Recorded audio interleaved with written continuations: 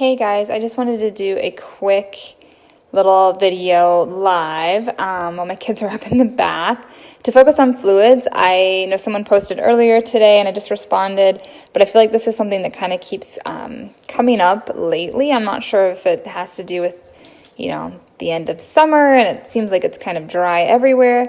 But these are just some little tips of the trade. So one, especially if you're early post-op, I like to keep some measurements around, some teaspoon measurements. So this first one is a 1/4 cup. This middle one is a 1/2 of a teaspoon. I'm not even sure if you can really read that on there. It's so hard to tell, probably not. So that's a 1/2 a teaspoon. And then this is 1 teaspoon. Again, it's kind of hard to get to scale right here, but I always recommend using a 1/2 of a teaspoon and not taking a sip bigger than that. If you're a person that's been sensitive with fluids in the first month or two, you might even want to stick with the 1/4 teaspoon here. Again, that probably is not showing you the scale of it because my video is not really high quality right now, but keeping these on the counter so you can have that visual is really a nice little trick. The other thing that I like to help keep track of fluids is getting a water bottle that has the amount listed on the side. Okay, so this is a 24-ounce water bottle. It also has the mLs on it as well. And so, you want to have 64 ounces a day. Okay, so this gives you an idea, and then you can carry this with you. It doesn't have to be all fluid, or all water, excuse me.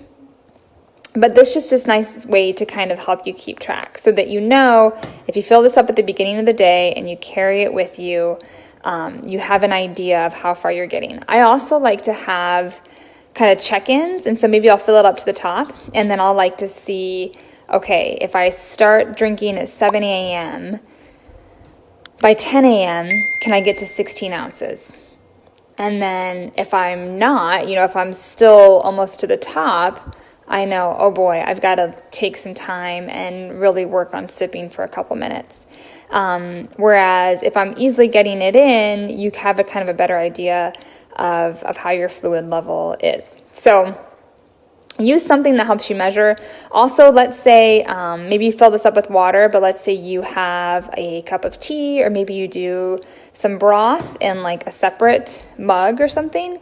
You can measure this, and then you can kind of dump it out of here, dump the water out to kind of get a tally. So maybe you did drink, 8 ounces of water, so you're at 16 ounces, but then you had 8 ounces of tea from a mug. Well, you could still dump another 8 ounces out of the water just to give you an idea of where you are for the day, if you just want to keep kind of track with one big container. Or I've had some people that will just like jot it down on a piece of paper or something, or on a magnet on their fridge or whatnot, especially since all of us are kind of spending a lot of time at home now these days. That might be easier to track it, or just do a little tally in your agenda or on your phone or something.